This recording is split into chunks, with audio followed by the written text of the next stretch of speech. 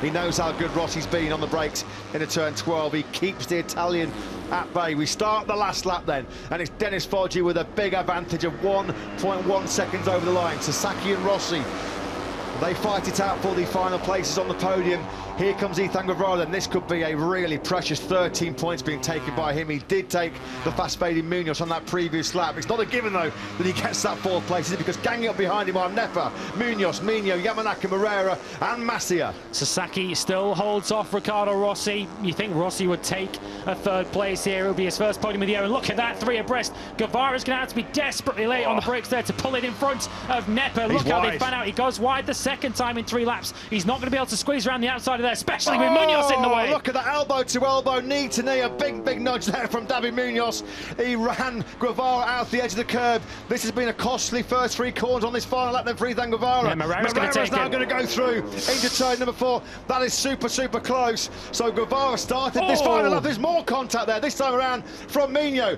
High risk this, isn't it, from Ethan Guevara on this last lap when you think what's at stake, on course to take a big step towards the 2022 Moto3 World Championship. But Guevara at the moment, he is down in 7th place. Yep, 7th place. The battle for second continues to rage on. Riccardo Rossi will wait until this final corner. We have seen a couple of moves from him earlier in this Grand Prix into that hard braking zone of turn 12. Foggia is way clear, but Sasaki's going to have to defend into this final corner from Rossi. Foggia has been on a different level. There was a couple of mistakes, one of them being here with the turn 12. Here comes Riccardo Rossi then. Well, he's been so good in this Grand Prix. He's in way too hot. He went all in, didn't he, for the podium? But it's phenomenal Foggia here in Buriram.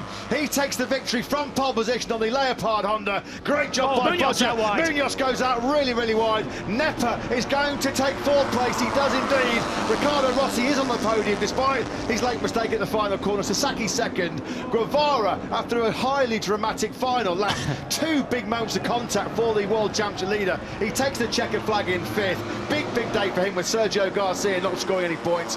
Mino takes 6 out of Moreira. Masia, Munoz and Yamanaka were your top 10. Points for Holgado, Kelso, Tatai, Artigas and Ogden. But what a job, what a weekend by this man, Dennis Foggia, keeping his world title hopes alive from pole position. A brilliant victory for the Italian. The rocket again fires on all cylinders. Brilliant job by him. He finished 1.5 seconds clear of Ayumu Sasaki, who does make it 3 podiums in our last 3 Grand Prix in Aragon, Motegi and here in Buriram. And Riccardo Rossi back on the podium for just the 2nd time in his Grand Prix career. By my reckoning, that's a 49-point gap at the front of the World Championship. Foggia will, of course, take 2nd place now in the World Championship from Sergio Garcia with his victory. And Guevara taking those 11 points. Foggia went into this Grand Prix 63 points back, and he'll take 14 of them back from Ethan Guevara. But what it does mean is that going into the Australian Grand Prix next time around, if Ethan Guevara outscores Foggia and Garcia, of course, he will be crowned Moto3 World Champion next time out in Phillip Island.